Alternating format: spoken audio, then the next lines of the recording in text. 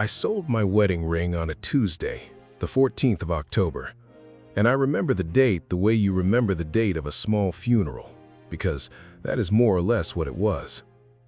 The morning had started ordinarily enough. Frost on the window panes, Tommy grumbling about his cold boots, the rooster crowing later than usual. And it was only sometime past noon, doing the arithmetic on the kitchen table for the fourth or fifth time that week, that I finally admitted to myself there was no honest column of numbers that added up to $11 without the ring. I did not tell anyone I meant to do it.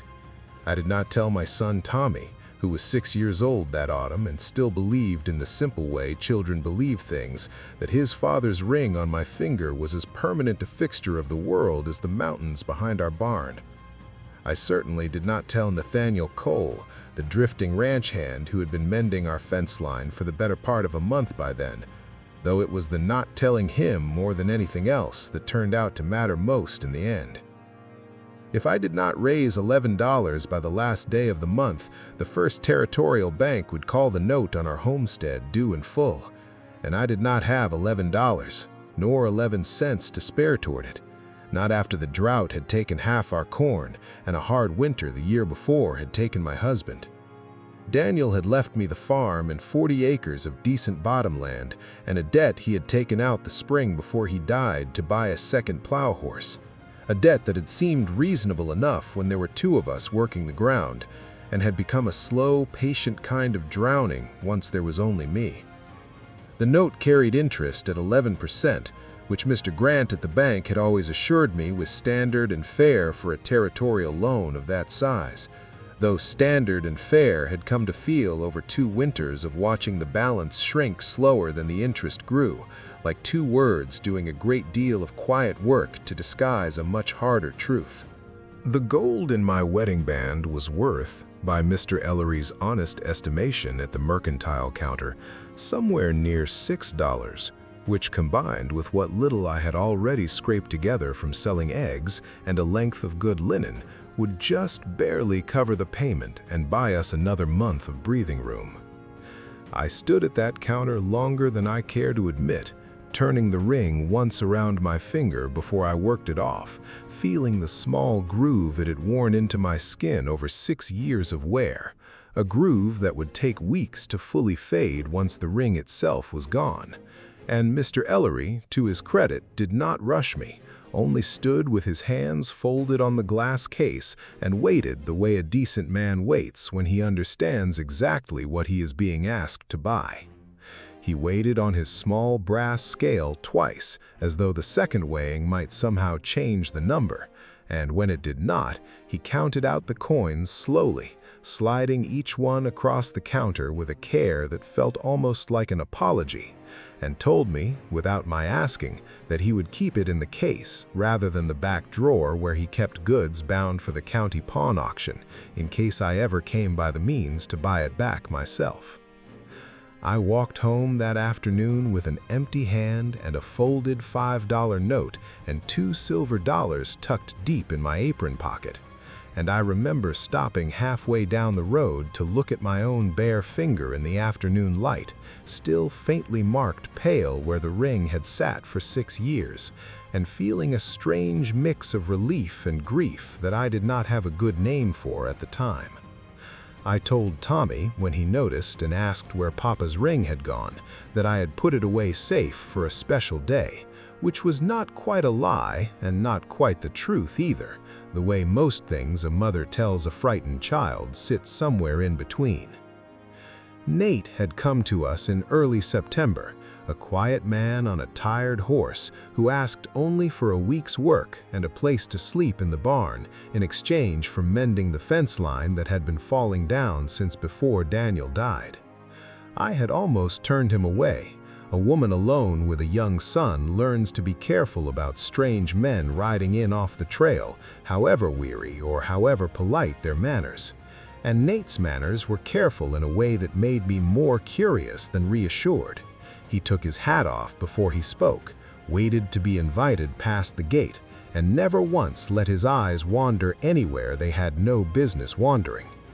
He had come from a cattle outfit 2 counties north, he told me, plainly, let go along with half a dozen other hands when the outfit's owner decided to winter a smaller herd than usual, and he had been riding south ever since, taking whatever honest work he could find along the way, rather than sit idle through a hard season. I gave him the week's work on the condition he take his meals with us rather than alone in the barn, mostly so I could keep half an eye on him, and the week had somehow stretched itself into a month without either of us quite deciding it should. He was not a talkative man. I learned more about him from watching him work than from anything he told me outright. That he favored his left shoulder slightly when lifting, an old injury he never explained.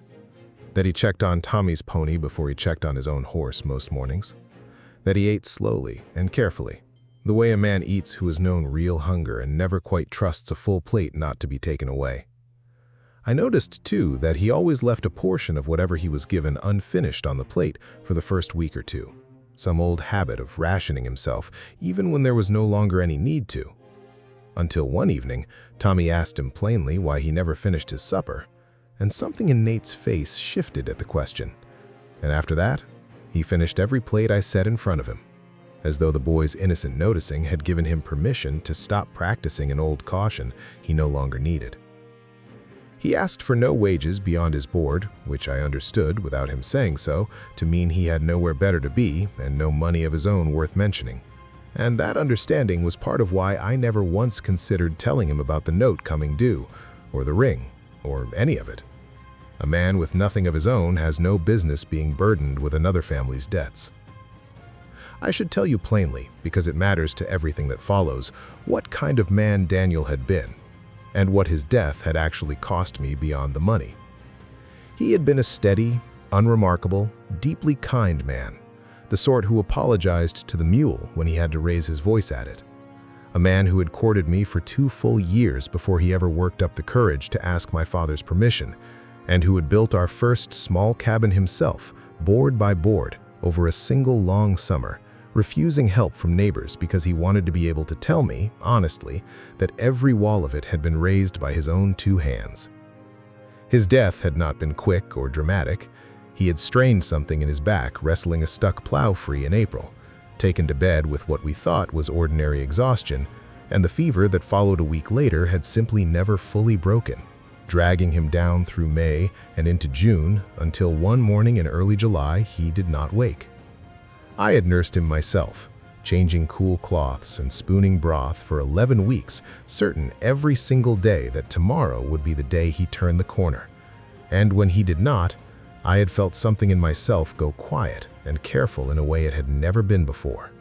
a kind of bracing against hope that I carried into every single decision I made afterward, including the decision to sell that ring without telling a soul. Nate found out anyway, the way quiet men often find out things that talkative households never manage to hide from each other. He had ridden into town that same Tuesday afternoon, an hour or so behind me, to pick up a length of wire for the last stretch of fence, and Mr. Ellery, not knowing any better, mentioned in passing while wrapping the wire that it was a shame about the young widow Calloway having to part with her ring, a fine piece for the price he'd given her, though he supposed it would sell again quick enough to some fellow looking for a bargain on a wedding band. I did not know any of this at the time. I only knew that Nate came back from town later than expected, quieter than usual even for him, and that he did not meet my eyes across supper that evening, which I took for simple tiredness and did not think further about, though looking back now I can see the whole shape of what he was carrying that night, the knowledge of what I had done, and a decision already forming behind his quiet eyes about what he meant to do about it, neither of which he was yet ready to share with me. I did not learn what he had actually done until 3 days later, when Mr. Ellery's boy rode out to deliver a length of ribbon I'd ordered weeks before, and mentioned, with the careless honesty of a boy of 12, that the cowboy who worked our place had come back into the store the very next morning and bought back a gold ring off the shelf, paying more for it than his father had given me, on account of Mr. Ellery needing to make his own small margin on the sale. I confronted Nate that same evening, out by the corral where he was checking a gelding shoe, And I will admit my first feeling was not gratitude, but something closer to anger. The particular anger of a proud woman discovering that her carefully guarded secret has not only gotten out, but has been quietly, expensively fixed by someone she had no right to expect anything from. The evening was cold enough that our breath showed, and I remember the gelding shifting its weight and stamping once against the packed dirt, as though it too sensed the tension in the air. I asked him why. I asked him where a drifting ranch hand who worked for nothing but board had come up with $6 to spend on another man's wife's ring.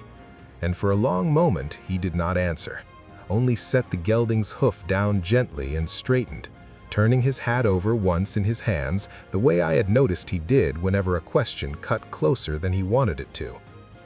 He told me, finally, that he had been saving money for going on 4 years, a little at a time, from every job he had ever taken, toward a piece of land of his own someday, somewhere he could stop drifting and put down a fence line that belonged to him and no one else.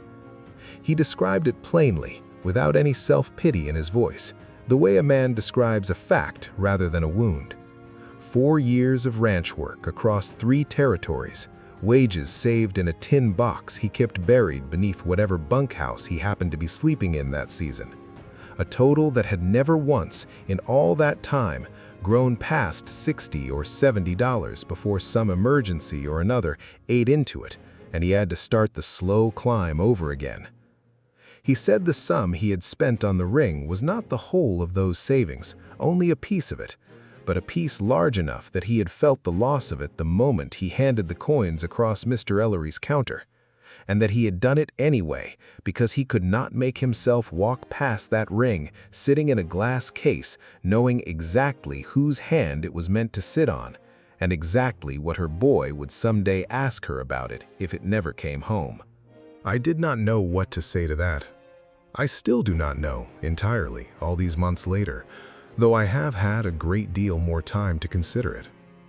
I only know that I stood in the cold evening air by the corral with the ring he had pressed into my palm still warm from his pocket,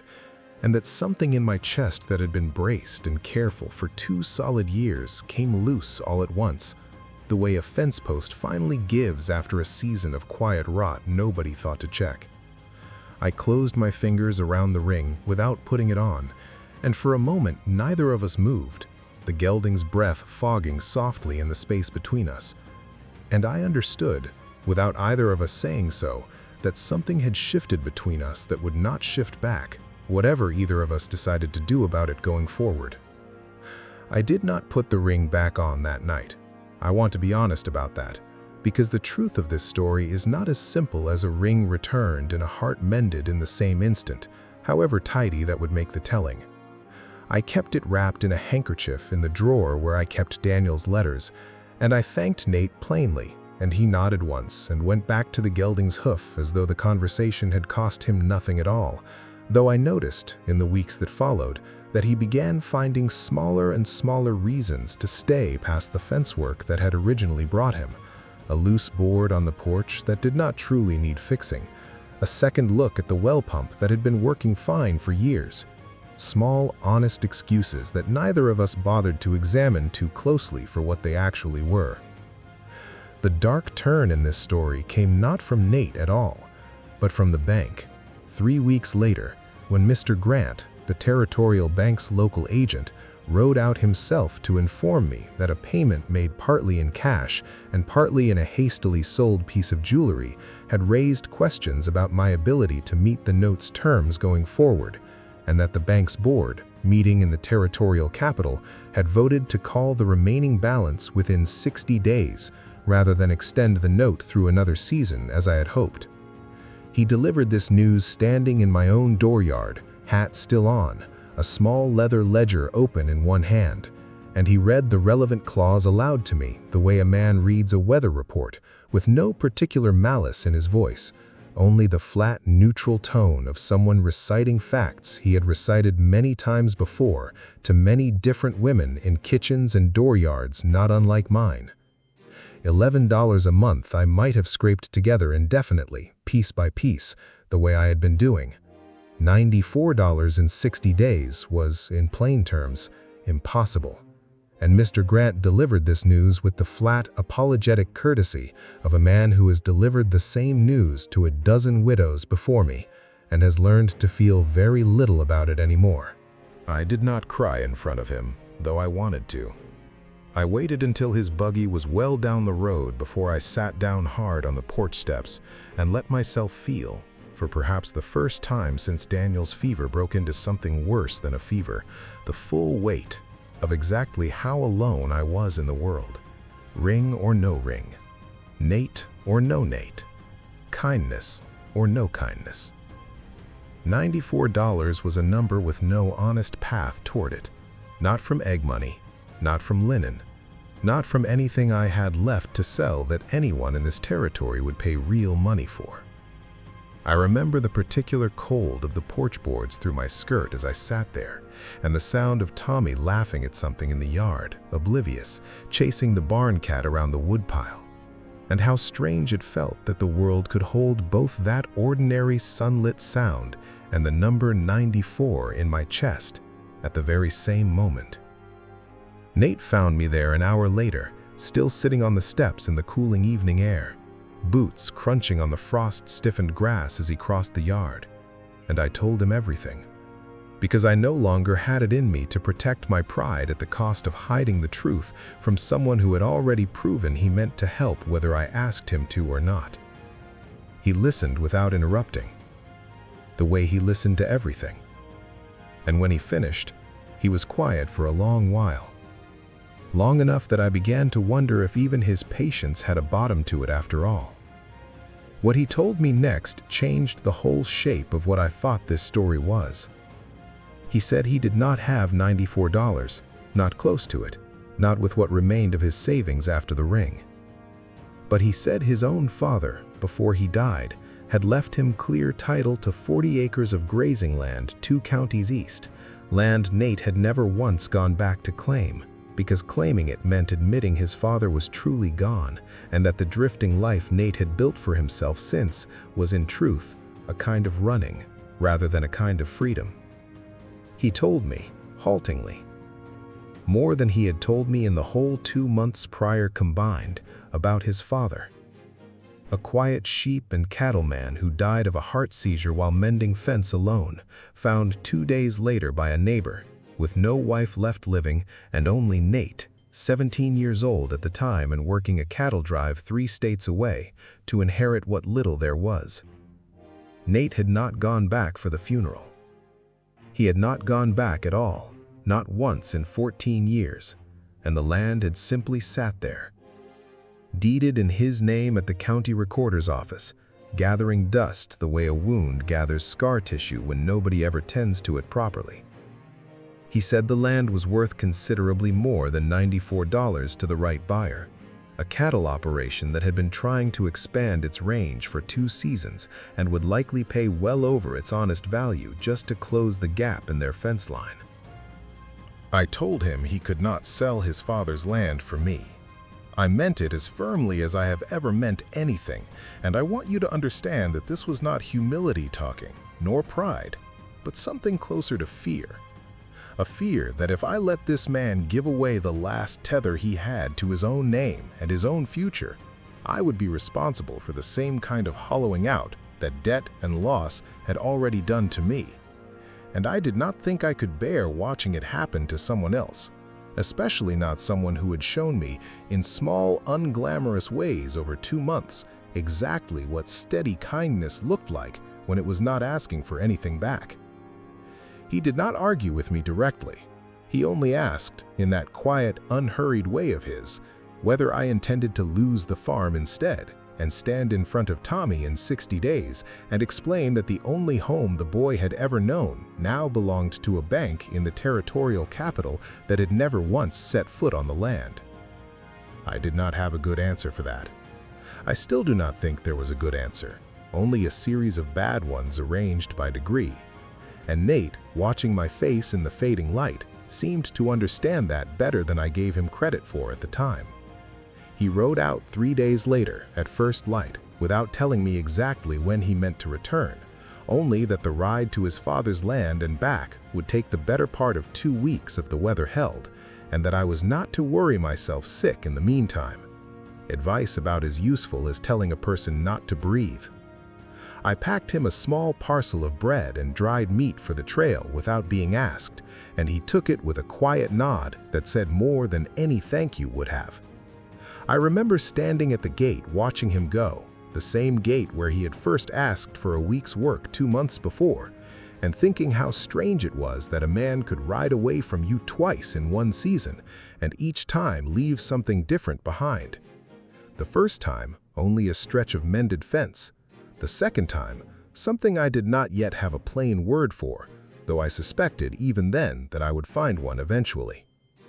Those 2 weeks were the longest I had passed since the 11 weeks I nursed Daniel, and I do not say that lightly.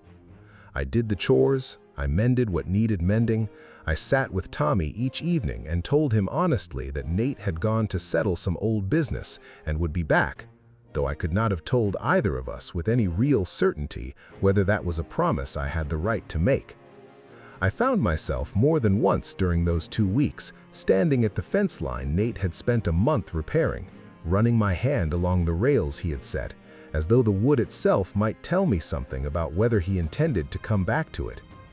I slept poorly, waking at every sound the old house made settling in the cold, half convinced each time that I heard hoofbeats on the road that turned out, every time, to be nothing but wind moving through the bare cottonwoods. I want to tell you about the evening, near the end of that first week alone, when Tommy asked me directly whether Nate was going to be his new papa. I had not prepared an answer for that question, foolishly, given how plainly a 6-year-old sees what adults spend such effort pretending not to notice, and I told him the truth as best I understood it myself, that I did not know, that some things were not yet decided, but that whatever happened, Nate had shown himself to be the kind of man worth trusting, and that trust, once earned honestly, rarely disappeared even when circumstances changed. Tommy considered this with the grave seriousness only a child can manage, sitting cross-legged on the kitchen floor with the barn cat in his lap, and then asked whether Nate would teach him to rope calves the way Daniel never quite got around to, which struck me, in that moment, as a more honest measure of what mattered to a boy that age than any question about fathers or marriages could have been. I told him I thought that was very likely, and he seemed satisfied enough with that answer to let the larger question rest, at least for the time being, though I noticed him watching the road more than usual in the days that followed, the same way I was. He returned on the 13th day, road-worn and thinner than when he left, with a bank draft in his coat pocket for the sum his father's 40 acres had fetched from the cattle operation, a sum, he told me plainly on the porch steps that evening, that came to just over $110 once the transaction fees and the county recorder's costs were subtracted, more than enough to satisfy the bank's demand with a small amount left over besides. He looked older than the 2 weeks alone should have accounted for, and I understood, watching him, that the ride had cost him something no amount of money could measure, a settling of accounts with a father he had never properly grieved. I did not want to take it. I want to be honest that even in that moment, with the number sitting plainly between us on the porch boards, some old, stubborn piece of me nearly refused a second time, the same reflexive pride that had kept me from telling him about the note in the first place. What changed my mind was not the money itself, but the way Nate spoke about the land he had sold, without any grief in his voice at all, only a kind of quiet relief, as though he had been carrying a debt of his own for years that had nothing to do with dollars and everything to do with a father's memory he had never quite known how to put down. He said the land had never really been his, not in any way that mattered. His father had died before Nate was old enough to work it properly, and it had sat fallow and half forgotten for a decade while Nate drifted from ranch to ranch, unable to face going back, and equally unable to explain to anyone why he kept avoiding it. Selling it, he said, had felt less like a loss and more like finally setting down something heavy he had been hauling around out of pure habit rather than love. I paid the banknote in full the following Monday in Mr. Grant's own office, watching his flat professional courtesy shift into something closer to surprise as he counted the bills. He counted them twice, the same careful, doubting way Mr. Ellery had weighed my ring, as though the sum might change on a second pass, and then wrote out a receipt marked "Paid in Full" in a hand noticeably less steady than the one he had used to read me the bank's ultimatum a month before. I will admit there was a particular satisfaction in that moment that had nothing to do with romance at all, only the plain, hard-won satisfaction of a woman who had been told in so many careful institutional words that she did not have what it took to hold on to what was hers, proving otherwise. What happened between Nate and myself in the weeks that followed unfolded more slowly than the debt did, which I think is as it should be. He stayed on, no longer mending fence for board alone, but working the land as though it mattered to him in its own right, rebuilding the chicken coop before I had even mentioned it needed rebuilding, and I found myself, more evenings than not, sitting with him on the porch after Tommy was asleep, talking of nothing of any real consequence, and finding that nothing of consequence was exactly what I needed most after 2 years of nothing but consequence. It was on one of those evenings, in early December, with the first real snow of the season dusting the yard,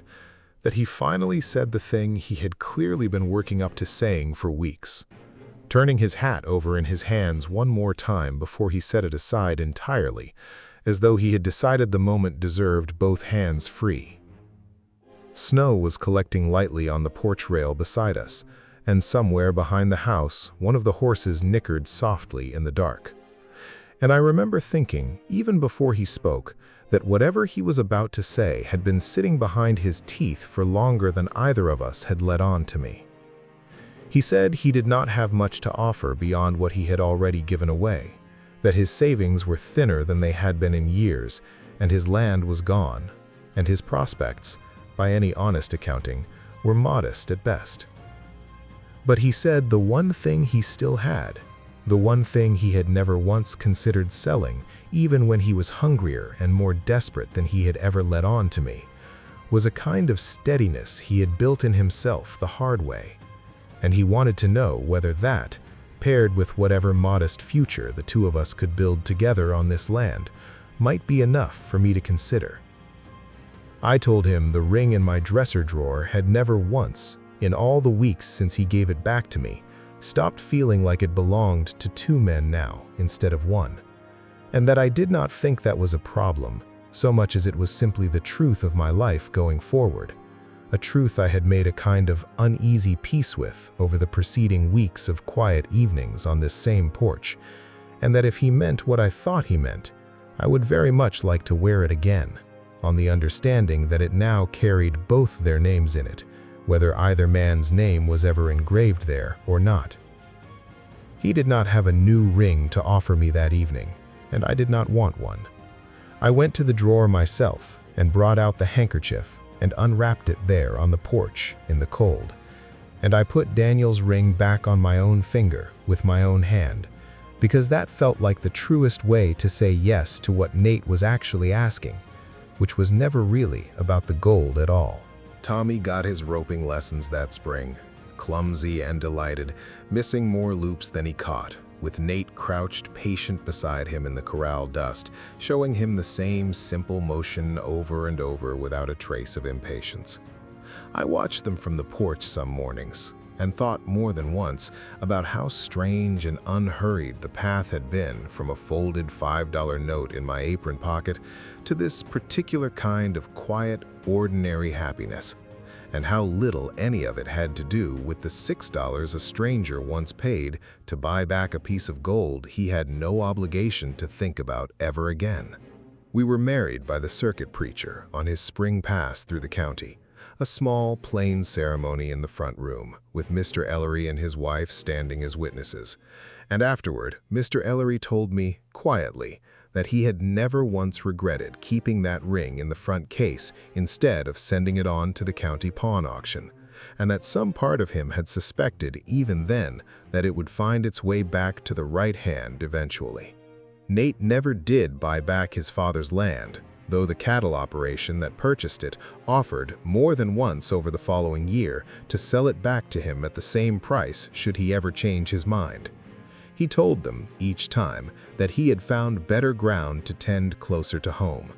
And I understood, without him needing to explain it further, that he did not mean the soil. I still keep Daniel's letters in that same drawer, and some evenings I still read one or two of them, and Nate has never once asked me to stop or looked at me strangely for doing it, which I have come to understand is its own particular kind of love, the kind that makes room rather than demanding to fill every space itself. She never asked him what the ring was worth. She only slid it back onto her finger and let it be worth whatever it needed to be. And some evenings, watching Nate teach her son to coil a lariat correctly in the fading light, she thought that whatever it was worth, it had never once, in all the counting and recounting done over 2 different counters by 2 careful men, been about the gold at all. It had only ever been about who was willing to carry the weight of it beside her.